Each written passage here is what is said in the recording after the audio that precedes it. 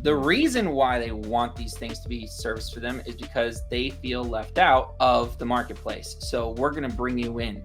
We're going to make you feel part of the fold. In fact, we're going to make you finally feel special. These nerds are no longer that special. You're now cool for you being you. Oh man, talk about phenomenal marketing communications. And that's the whole root of why their other 5 variables were activated in the first place. It's they're doing everything they want to do, everything they value, everything they believe, everything that is their consistent actions on a day-to-day basis, where they go, who they talk to, what they carry, comes down to, I'm different. I want to be different and I want to share it with the world. Apple goes, cool.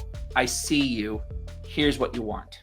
Welcome to Scale Smarter, where we dive into the world of business and explore practical tips and inspiring stories to help you scale your company without scaling your headcount. All right, welcome everybody to another episode of Scale Smarter. I'm super excited today to be chatting to Shane from FQ3C. Shane also is the author of Art of the Success Formula, the implementer and strategist who is behind facilitating FQ3C certification programs as well. We're going to dive more into what all that means shortly, but first of all, welcome to the show, Shane. Hey, thank you so much for having me. I appreciate it, Charles. Thanks once again for coming in. And I know FQ3C, there is so much to unpack there. We're just going to scratch the surface today for everybody, but I'd love to just kind of dive right in. And I was going to say that, you've developed FQ3C, but when we were talking before, I like the way you described it, where it's more like you've discovered or uncovered FQ3C.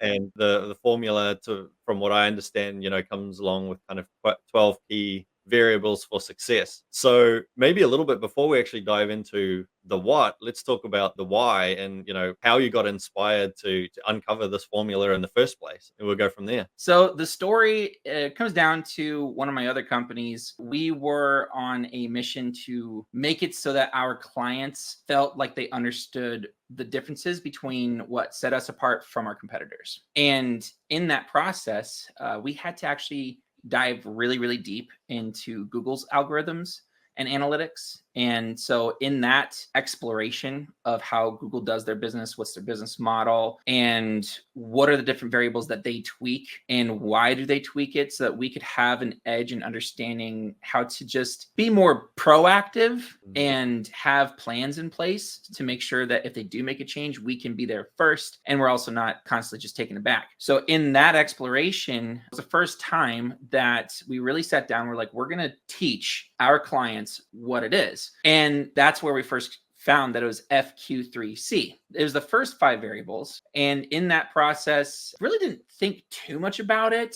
until later on when I started teaching it more and more and more to the clients, finding that was actually having a lot of traction. Then it turned into a more just of a fun side inquisitive project where I was like, there can't just be these 5 variables. There's got to be more nuance here. What's going on? So took FQ3C, started comparing it against everything. I know several billionaires. I myself have gotten even senators elected. I have a background in finance. I've done crazy things that most people would be like, how is that even possible? And I have lots of friends who've done the same thing as well. And you can take FQ3C and apply it to every single thing. And you're like, there's not a single circumstance where those 5 variables do not exist. What are the missing pieces? Started diving into that. And that's when we found out that there's actually 12 variables in total. So no matter what success you are having or have had or going to have, those 12 variables are present. And this also really was cool because it reshaped the way that we think about success. Anybody who's come in contact with FQ3C, it's no longer did I win or fail? Did I achieve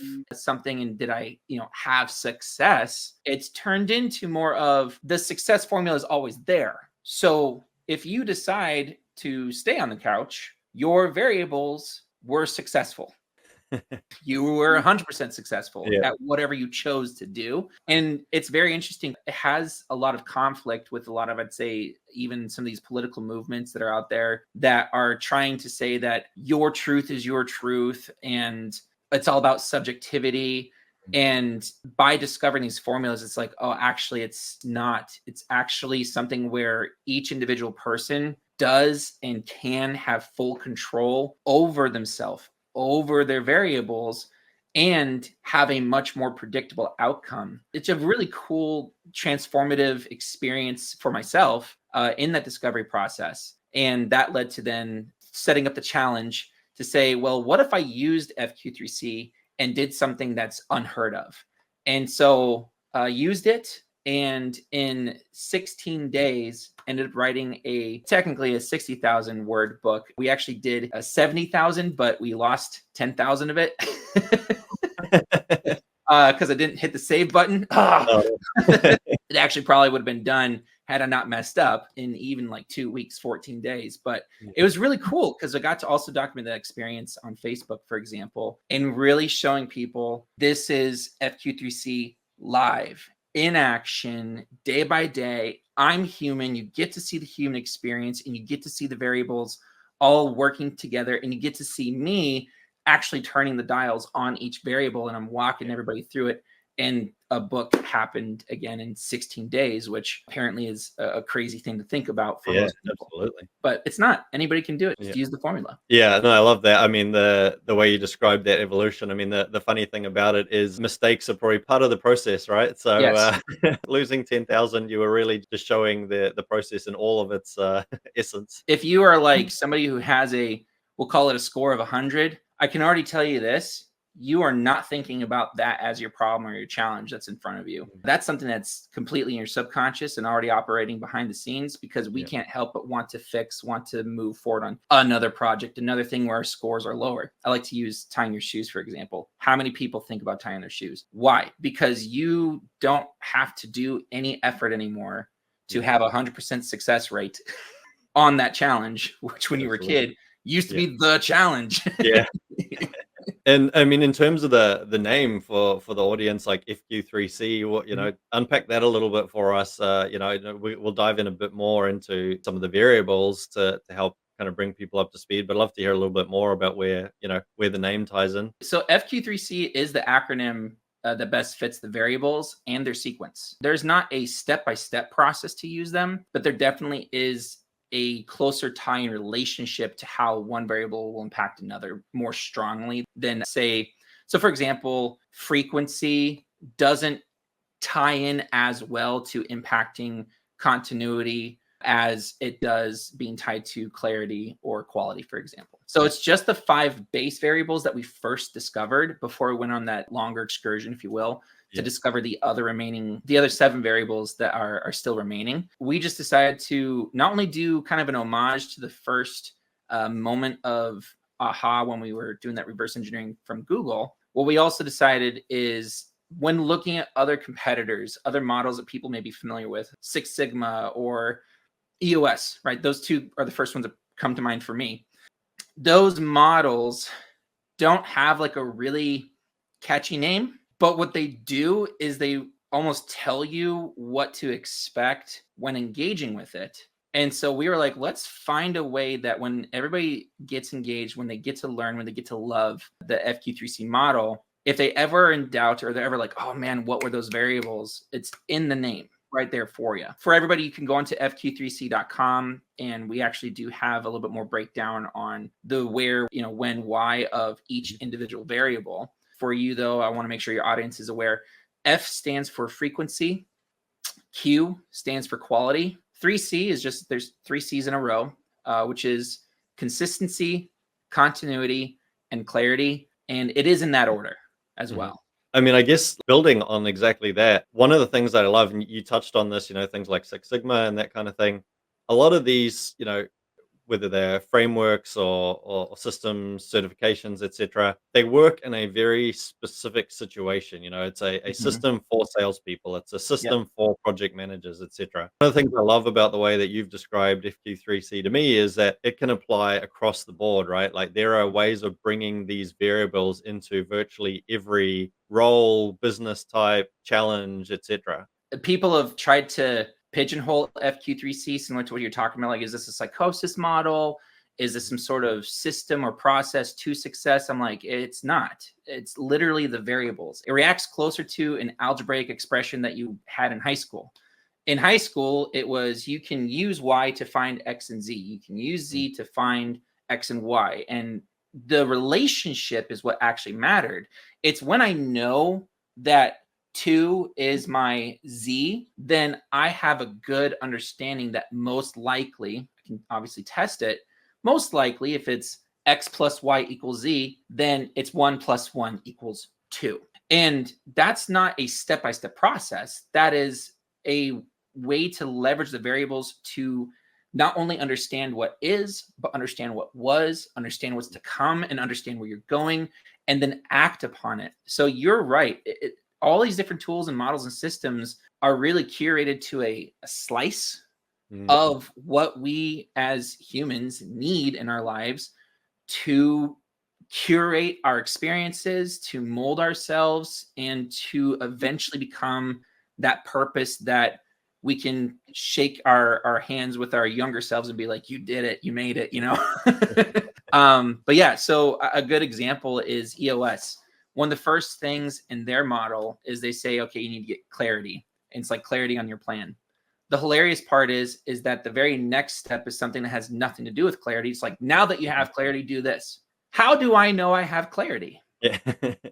How do I know? It's a step-by-step program, but how do I know that I've even accomplished step 1 before I even move to step 2? And that's what this variables help you to do, is when you grasp all 12, you can know for sure you've got step 1 down. So that when you go to step 2, you can know for sure you got step 2 down. And this is really the reason why I was passionate about wanting to explore this, because I banged my head on every single thing you could possibly think of at this point. And in my banging of my head, I mean everything from MLMs, brokerages, to doing corporate for Fortune 50 companies, to doing startups, to small mom and pop shop. I mean, politics. I've banged my head, guys. So many areas. In all of it, it's really come down to, if I were to have a client without the FQ3C model and they'd say, Shane, how'd you do it? I would not be able to confidently tell them how I did it. And it's crazy to me that guys, and this is not calling out, by the way, I do want to say that guys like Gary Vee or Simon Sinek or Tony Robbins, right? These guys are giving great jewels, great gems, great systems, great processes, great things. But why is it that there's so many people who buy it and yet so few people are able to still get to where they want to go? Right? It's like, it's that missing piece. It's, you don't even have the variables to plug in to the system, or the system to check against the variables. That's when we were just like, let's figure this out. Let's get this down to what it really actually is. And so, yeah, you're right. To bring it all back, you can use this for anything from finding love, making a sandwich, becoming a billionaire. Want to tell the best joke? Use FQ3C. Yeah, that's amazing. Yeah. So if any systems out there that are that adaptable, and like you say, I love the way you described that in terms of, you know, really giving you clarity on what's the next step, what's the next step, what's the next step, instead of just do this in isolation, do this other thing in isolation, maybe never have any idea on how the two interact with each other in any way. Here's another thing people don't think about. Most of those systems are made for one type of personality segment, or maybe 2, or maybe 3, but almost never are they made for all people's personality segments. And that leaves out a huge portion of people who don't have anything tailored to them. Now, this allows them to use what is not made for them and then curate it and manipulate it so all of a sudden it still activates for them as well. It's just really cool. That's why I get so excited for it, honestly. That's such a great point. Like, I actually, in my own experience, there's a program, and I won't name names, but that I've just gone through. One thing that really jumped out to me was the opposite of what you just described. You know, in going through the process, they described who I needed to become. And everything was around, like, you know, you need to become this type of person if you want these kind of results. And to me, a lot of what they taught was actually, you know, it was really helpful, incredibly insightful. But this last little bit of, like, you have to become this person, like, they almost killed the whole thing, because I'm like, well, that's not who I want to be. It's not who I am. Whereas, you know, in my mind, since going through that program, I've been sitting there now trying to think, okay, how do I take the learnings from that and then bring it back to who I actually am and apply that to me? And there was no support in how to do that. A lot of people today, if you ask them what are some of the traits that set me apart, actually is a lot more rooted in smart, analytical, patient, and these other really good quality attributes. And a lot of people would assume that those are who I've been for a long time. The hilarious thing is actually, I grew up exactly the opposite of who I am today. Exactly the opposite. I was a creative. I was the kid who was playing violin. I was playing guitar. I was going on stages. I was doing artsy stuff, super energetic, all over the place. I mean, it's so much so that when I was 18 years old and I told my family, hey, I want to become an investment advisor, they all said, you are too irresponsible. You're not smart enough for this. You're not capable of doing this. Like you're going to die. You should probably just go and, I don't know, live on a curb somewhere and make some money busking. You're going to do better doing that. Right. So, but thankfully, because of the clarity of where I wanted to go and who I wanted to help and my purpose that I wanted to bring to the world. And I believe that God honestly was the one who placed it on my heart to do that. My drive was unreal. It didn't matter what you threw me into. I didn't care I was going to bump my head. I was like, I don't care. I'm going to become good at finance. I don't care. I'm going to become good at finance. I'm going to understand finance. I'm going to get this. It took me several years of my mentor telling me, Shane, you're too stupid to quit. And if you could just get a little less, a little structure, you'd be amazing. Yeah. So hilariously, I am actually not the most structured individual, but I can think structurally due to my hyper involvement and saturation in that world. And that's also what led me to train in the entire Eastern Seaboard for a Fortune 50 company in finance and become one of the youngest without a degree. I just wanted to bring that story up because it just reminds me of like, I can totally understand that feeling that you're going through of like, wait, why do I have to be that person? You don't have to be. You can be yourself and pull the best of whatever else it is and still make it work, as long as, of course, the demand doesn't require something different. You know, if you want to be a basketball player and you're 4'2" NBA, there are some things, guys. Yeah. You got a challenge in front of you. Yeah.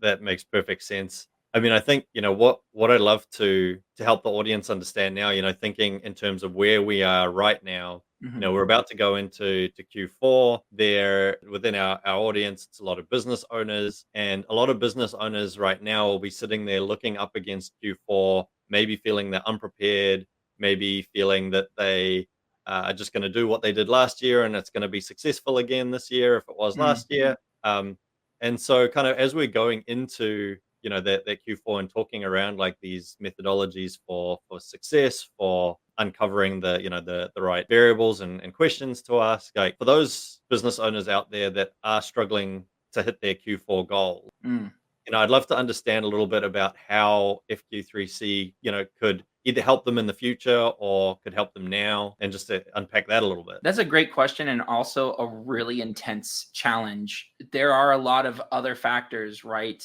What's the niche? What size is your company? What is the goal at the end of the day? What are the challenges that you're facing via?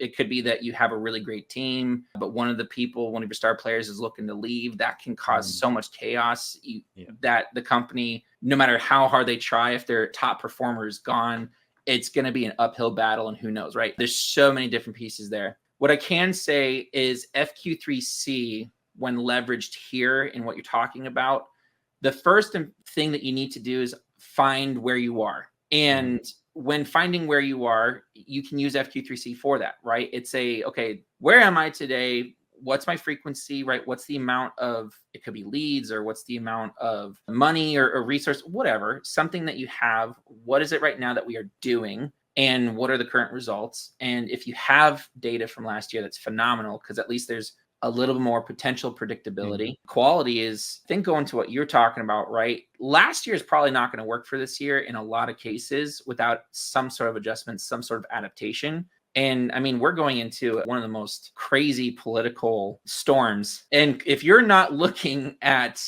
those consequences going into next year, Q4 is potentially, if you weren't already prepared, maybe not really the thing you should be focusing on. The consequences of just this political landscape that we have going into next year, the risk isn't just over the top, and in general, not in a good way for, I'd say, most environments, right? So I would say that even just asking yourself, okay, what really matters? Let's get some clarity on that. What actually really matters? Maybe you do have your goal this year, and your goal was to reach 2.3 million or 5 million. Is that a life or death situation? If it isn't, then maybe think about, if we're not really going to reach that, what is the actual real important goal for us then? Is it actually Q4, or is it actually next year in this political landscape and setting us up for the next 3 to 4 years with this massive transition is going to happen? Those types of questions can be asked and also discovered, and you get a score. And that's the part that I love about it, is the scoring factor. You have a credit score, right? The reason why credit scores are so great is because for the lender, it tells you, are you good or bad to give a loan to? Yeah. It's great for the person who is trying to get the loan because they can know, am I good enough to get the loan? It just tells you, can I meet the qualifications of the objective? And it goes for both sides. Yeah. So if you look at it from an FQ3C perspective, you can get a score and say like, oh man, we have a 60% chance right now, 60% chance of success going to Q4 relative to our preparation. Can we do anything that gets us to a 75?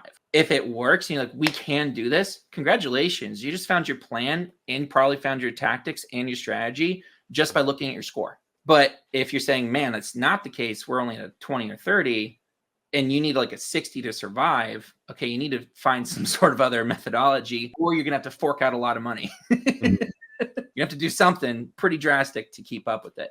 I don't remember what the example was that we were talking about, because I know that we had a discussion about this. You were talking about how this is a big worry for a lot of people. Yeah, as the example, we do a lot of work with people in the retail sector. So they're looking, they've got Black Friday coming up, they've got Thanksgiving, they've got Christmas. And for some of them, they might make the majority of their income for the whole year, over the next few months. And so if they're making their income for the next year, thankfully, I think we're still in a decent enough market that I don't see too many people not spending money on Christmas. Next year, though, it's going to be a pretty big challenge. If I were in that position right now, it's September 26th, October's Halloween. You need to get started on planning for Halloween a couple months ago. And you needed to have everything that you needed in order for Halloween starting to launch around now, if not in the next probably week. I think the challenge there is, if you're not ready, man, right now, you don't have a plan right now, you don't have a strategy right now, you got to do some reassessment and you got to figure out, hey, listen, what's my score? And if your score tells you that, you know what, there's a fighting chance, then it's go into those other systems of processes that are available, such as maybe the 80-20 rule.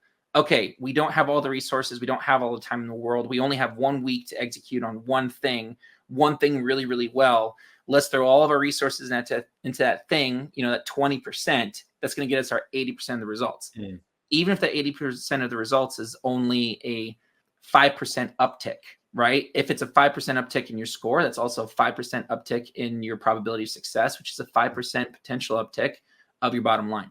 And that predictability just continues to daisy chain from there. It's something that you really have to be brutal with yourself in order to actually come across it. I was speaking with somebody a couple days ago about sales tactics. And this person was saying that with just a simple question shift, they were able to make it so they could reprogram how people thought about the problem, thought about the solution. And with that one little turn, it ended up adding was like another somewhere between $5,000 and $10,000 a month in their coaching business. That's great. That's phenomenal. But if her goal is $100,000 by the end of the year and you only got a couple of months left, there's not too many other tweaks that you really could probably do in succession that will be able to take enough time to get you to that goal. So I think there has to be some realism there. There has to be some coming up against the truth of the matter. But at the same time, if you're willing to be truthful with yourself, then that means that you're able to have an edge on focusing on what is actually important. And then that means that you're ahead of the pack for the next race. You can think about it exactly what we just talked about, racing. If you know right now that you are not going to be number 1 or even placed in the top 15 for this up and coming race, you still need a race. But if you know that the conditions are going to be a different course, different weather, different parameters, needs, and maybe some different needs of your own physical well-being to adapt for it, start now for that. How many people are thinking that far ahead? That can be your edge to get there. So just shift the goal potentially. So we were originally, in our first conversations, we were talking about the commercial that Apple did, which was the one helping to reinforce artists. And what they did was just absolutely brilliant. And I believe it's how they actually captured the entire market and the heart of the market that was sitting there waiting. It was because at the time, Microsoft was really catering to the techies, because everybody who was a computer nerd was just that, a computer nerd. Nobody was like, I have a computer and really understanding how anything went. It still was very clunky. The brilliant thing that Apple did was they said, let's leave that market alone, similar to what we just talked about with the race. Maybe leave Q4 alone, or just do it to the point that you need to. And they said, let's focus on this group that's sitting there that's not having anybody cater to them. And the cool part is they understood that community so well that they realized that those people don't care about spec. Really, they didn't care about like the performance either. What they cared about is, can this tool meet the need of my creativity? And so they were just doing in their commercial, here's a toast to you, the creator, the ones who are the misfits, the ones who are left behind, the ones who have imagination and know where to put that imagination into, the ones who need a leg up in this world of technology. And by tailoring it to just that messaging of just, we're here for you, ended up being able to give them a whole entire market share that nobody else was touching. And all he did in continuity was create the exact product that he needed to meet that demand. That's all it really was. And I think that being able to have that understanding of that shift, having that understanding of the marketplace coming into Q4, do you understand your people well enough? Do you understand the market well enough? Do you understand your niche well enough? How can you take it so it's an emotional effect, an emotional event for them? Maybe not think about sales. Maybe think about how can we actually service them in the most unique way.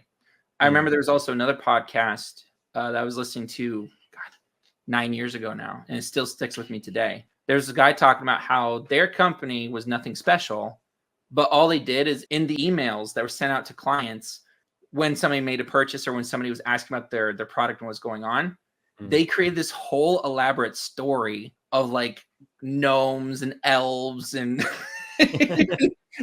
these crazy creatures doing these magical things.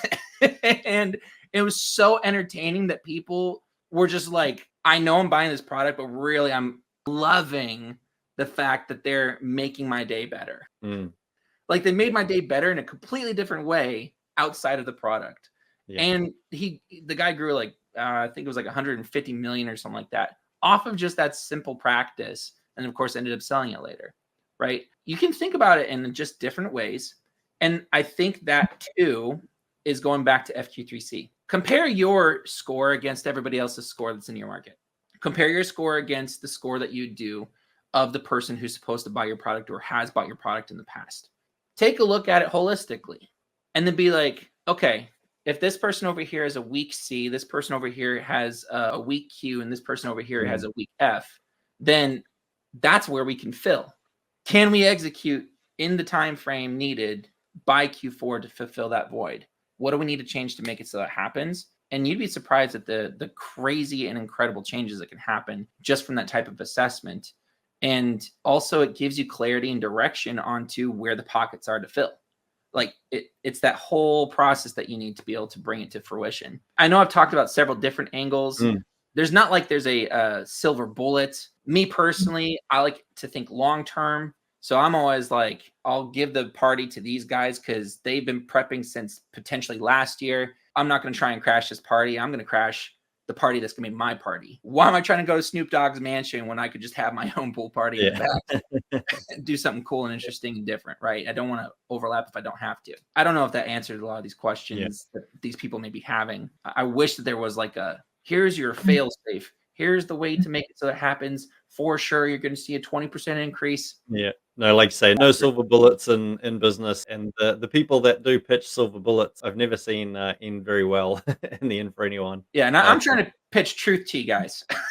Like, let's just be truthful. Let's just be real. Yeah, and I love that example, going back to the Apple example, because I remember it very well. Like at the time, I was in the software industry, and you know, your PC, it was all about your specs. It was all about like, how easy is it for me to pull it apart and fix it and change it and upgrade it and, you know, debug it and all that kind of stuff. And I remember very clearly when the Mac started, becoming more popular around that advertising campaign, sitting there at the time, because I wasn't the target market, thinking like, what do you mean? Like I can't open it up and I can't change things and I can't like get in under the hood Yeah. and fix things and debug it. Like the concept was just like, I was like, this thing's never going to work. Yeah. Um, and then, but like you say, it's because, A, I wasn't the target market at the Mhm. time. And B, yeah, Microsoft being the leader had cornered that particular niche, but it had left this whole other segment. And yeah, I remember seeing them just explode onto the market at that point. I think a lot of it, at the time I was working with a lot of people in the design industry. Yeah. And yeah, Macs just exploded into the design industry for that very reason. They needed something Yeah. that could run all the design software. And they didn't need to worry about all these other technical things. And so it did exactly what they needed when they needed it to. And even like today, I never was like I'm a Mac person or I'm a Microsoft person because my Mm. dad was actually a programmer. So I grew up in a household where I was with him swapping Yeah. out, hard drives, motherboards and stuff. Yeah. There was always one thing that kept me to Apple.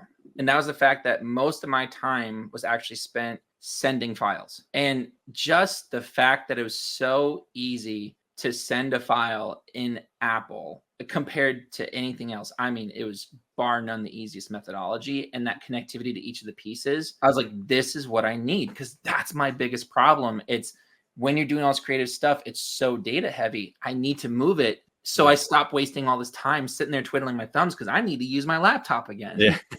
And I know the techies are like, well, you could have swapped it out and blah, blah, blah, blah, blah. I'm like, you don't understand. I just put it into a chat, and I just went to my phone and pulled it to a chat, and I showed it to somebody on a chat, and then I sent it to somebody on the chat. And that whole entire process took me like a minute. Yeah. Yeah, exactly. Yeah. As we start sort of wrapping things up a little bit, yeah, I'd love to dive a little bit deeper into some of the 12 variables, because if we tie it back to that Apple example, there were variables that they managed to dial in when other people were missing them completely. And now I don't want to go too heavily into this, because if people want to do that, there's a book they need to read. We'll share the links for exactly how they can do that and how they can get in touch. But maybe you could touch a little bit on some of the 12 variables, either in context to how you could leverage those to uncover something like Apple did, or if it's more contextual, maybe we've talked about that kind of coming up to Q4, whether there's some ways they can dial in certain variables in the lead up to Christmas, Thanksgiving, etc. I'm going to answer kind of what you're talking about with Christmas and everything else coming up. At the end of the day, that's going to be a little bit harder for me to be able to be like, okay, your problem is obviously this one variable out of 12, because each variable you're going to have to approach it completely differently. And so we could spend literally hours just trying to figure out one scenario to go over all 12. So I think maybe what we can do is we can talk a little bit more about Apple, as since it's already happened. I think people can relate to that story. They can watch it unfold. And I'd love to talk about it using some of the variables. So what I will say is that there's basically two sets. So there's an internal set and an external set. And every single entity, no matter who you are or what you are, and I say that meaning like you could be a trust, you could be a company, you could be basically anything that has the capability to take actions on its own, right? So that entity, actually even plants follow this as well, right? Internal and external. So what Apple did is all they said is okay, what currently is there in terms of the people who are geeks like you? And they just walked through and diagnosed everything. And they said, okay, frequency is these people like speed. Okay. Quality, if it's not fast, it's not good. Why do they value it? Because they're geeks. That's their sport. Yep. It's a sport for them. Yep. Consistency, these guys literally sacrifice their health. Some of them will even potentially die on their computer because of how much they love it. And then continuity, their whole entire world surrounds the computer. We can use that to also look at them internally and make some pretty good assumptions for the fact that if they're using all their time externally, then most likely everything internally of who they are, what they do, what they like, why they desire it, falls in line with the external FQ3C, and I'm not going to go into the other variables because that's a lot of them. But at the end of the day, we know that Microsoft understood it. So all Microsoft did is they just said, this is what the person is. We're going to just make it for them, which is why in terms of frequency, they're like, okay, we know that you want to be able to have adaptability. That's why they make their technology like Legos. Okay. In terms of the things that you find are quality is all about specs and speed. Okay. So we invest all of our time, money, and energy into increasing literally the newest and greatest, even though it might not work. That's the craziest part, right? Everyone's like, oh, Microsoft uses the people to go and test all their stuff. That's so shady. I'm like, no, that's what the people want. Yeah. That's the demographic. That's what they want. They want to have the ability to do Legos. They value it because it's just about, do I have the neatest, greatest?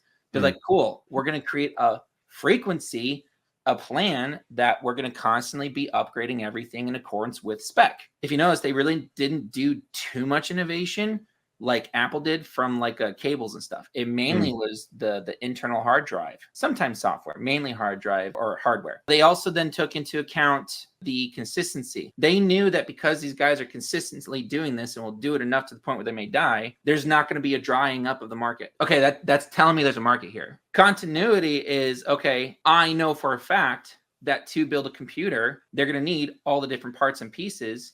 So we put them in rotation. I don't know if this is clicking with anybody, but all I'm doing is I'm just thinking like Microsoft in terms of servicing each individual variable. Okay, great. We can tackle then, of course, the internal, which is what are the thoughts? What are the feelings? What are the emotions of these people day to day as they walk through life? What are their actual character systems, values? For example, if you notice, they never really had any sort of like women, sex as part of their marketing strategies and campaigns. Those guys did not respond to that type of stuff. Internally, that didn't make sense for them. It didn't align, right? So they also took a look at those internal variables and were like, we need to talk to them as well. We need to talk to the internal, talk to the heart.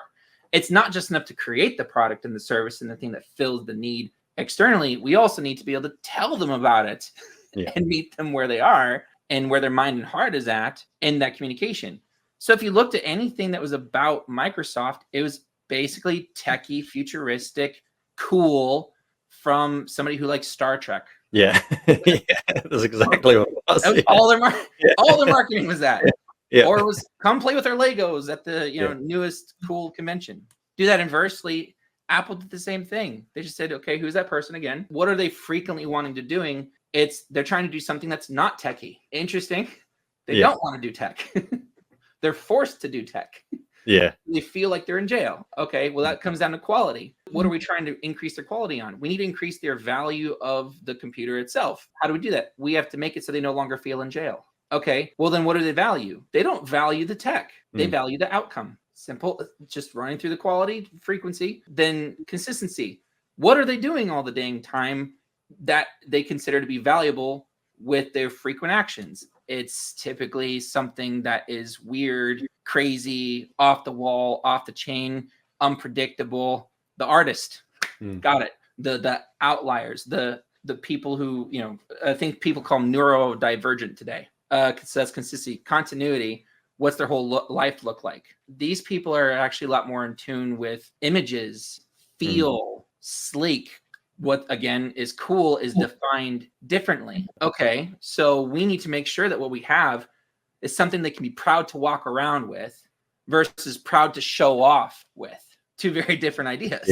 Yeah, exactly. So that's your continuity. And then, of course, that goes back into internal. It's the drives. Why? How do we talk to them? The reason why they want these things to be serviced for them is because they feel left out of the marketplace. So we're going to bring you in. We're going to make you feel part of the fold. In fact, we're going to make you finally feel special. These nerds are no longer that special. You're now cool for you being you. Oh, man, talk about phenomenal marketing communications. And that's the whole root of why their other 5 variables were activated in the first place. It's they're doing everything they want to do, everything they value, everything they believe, everything that is their consistent actions on a day-to-day basis, where they go, who they talk to, what they carry, comes down to, I'm different. I want to be different, and I want to share it with the world. Apple goes, cool, I see you. Here's what you want. Yeah. And those other obviously internal variables with the 12th one and also the 11th one that we didn't even talk about. I mean, that's such a great practical way to understand the power of, FQ3C and how you can bring that into, one, we've just covered one practical example there in a Yeah. marketing sense. The power of those 12 variables, when you really understand them, it just, it can unlock so much for you in so many different places of your business. It's wild how much it unlocks. Everything goes through the roof. Every one of those tools, whether it's EOS, whether you're using 4 quadrants, you could be using personality tests, you could be trying to test different software. It's like if you can just sit down for a second, close your eyes, and all of a sudden just know your company, know you, know the people who are buying the product, know the people you want to sell the product to. Actually know them, have a measurement of who they are and what they do and where they believe, and be able to have a nice list of variables that you can check off and be like, we need to know this in order for us to be able to create what really it is that they actually want. Your service of people goes through the roof. Also, your ability to deal with your time goes through the roof. Your filtering of the people who are around you goes through the roof. Again, even in dating, it's all like dating. It really is. Imagine if you could, instead of swiping right, imagine if you could all of a sudden see a score of each individual person relative to who you are. Yeah. And you're like, okay, this is a 60% match, this is a 70% match. Well, guess what they did in those software programs? That's exactly what they did. And those guys shot through the roof and like, oh, you guys are a 58% match. It's powerful. Now imagine if you could take that matching mechanism and bring it to your everyday life, bring it into your business, bring it into your relationship with your kids, bring it into your relationship with, God, whatever it is. It just amplifies everything by a crazy amount. I'm not going to say 10-fold or 20-fold or whatever it is. Yeah. Each person's obviously going to be different, but no, very, very excited for it. And I do hope that listening to just even those couple of examples that we gave, your mind is able to kind of track it and see how they impact each other. Yeah. And the cool thing is that this is not actually just what we just talked about as segment of the nuggets, if you will, but we do have all 12. They're ready. Yeah. No, and I think, on that note, exactly, like I know we've scratched the absolute surface on this today. And so for those listeners out there that, that want to know more, that want to, connect with you, they've got fq3c.com that they can go to, but any other ways that you like to, people to reach out or connect with you? That's a great question. So there's really 2 different types of people. The people who are saying, man, this score sounds good. I want to get my score. I want to do it today. What you can do is go to fq3c.com. There's actually a pop-up and it says, basically there's 5 different ways to actually get your score. Click on that. And then that's where you would actually start. The other person is somebody who's just wanting to learn more. You can do that by absolutely going to fq3c.com again. The homepage really gives you just about anything that you could want or need, give you a good taste, a good foundational sense of what you're getting into before you obviously take the next step, which our goal is 100 million breakthroughs, meaning 100 million people not only get their score, but put into the action, and it gives them some sort of really good transformative change in their life. We want to make it so that success feels natural. So for those people, you can just hang out on the website, or you can connect with me as well. I'm totally open with that. Love to connect with people. Probably the best way right now would be LinkedIn. You can go to linkedin.com/in/Loftman Shane. I'm more than open to do that. Please connect with me. If you do go to the fq3c.com and you decide to connect with one of our implementers or strategists, you may or may not see me. Who knows?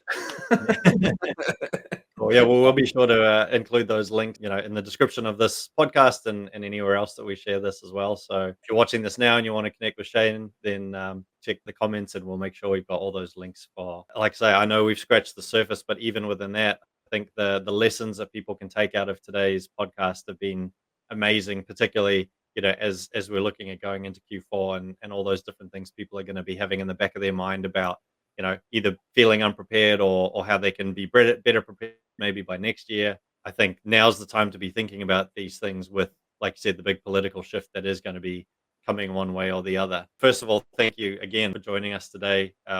It's been amazing. Thank you. Yeah, thanks for having me. Thanks for allowing us to have this chance to get FQ3C even more out there to more people. We're just really wanting to, again, get the 100 million people, get their scores and lead them to a breakthrough.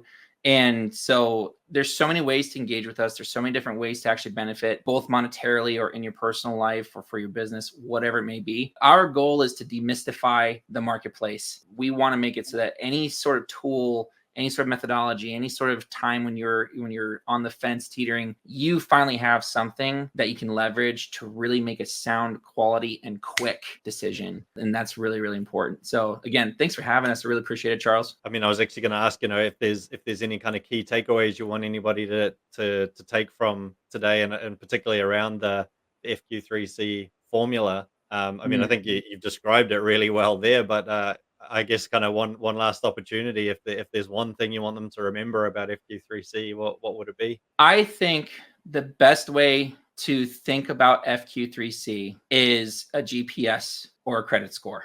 For you guys, if you're ever in a position where you're feeling lost, feeling like you're chasing your tail, feeling like you're spinning your wheels, whatever it is, and you're just not moving, that is the time to think about FQ3C for sure. And the other time to really think about FQ3C, again, is that credit score situation. There's a lot of times where there's somebody or something that is in our way, and we know where we're going. We know where we've been. We're right at that summit. We're right there, and we're just trying to get over the hump. That's like a gatekeeper that has a code, and it turns out that that person has a score. They have an FQ3C score, and you can now have a tool to go and crack that code. And so like, because you can know who you are, you can know what they are, you can know what they want, and you can open the door. And that's how cool and powerful it is. And I want you to remember that this is not a system. This is not a some sort of just general model. This is the DNA of success.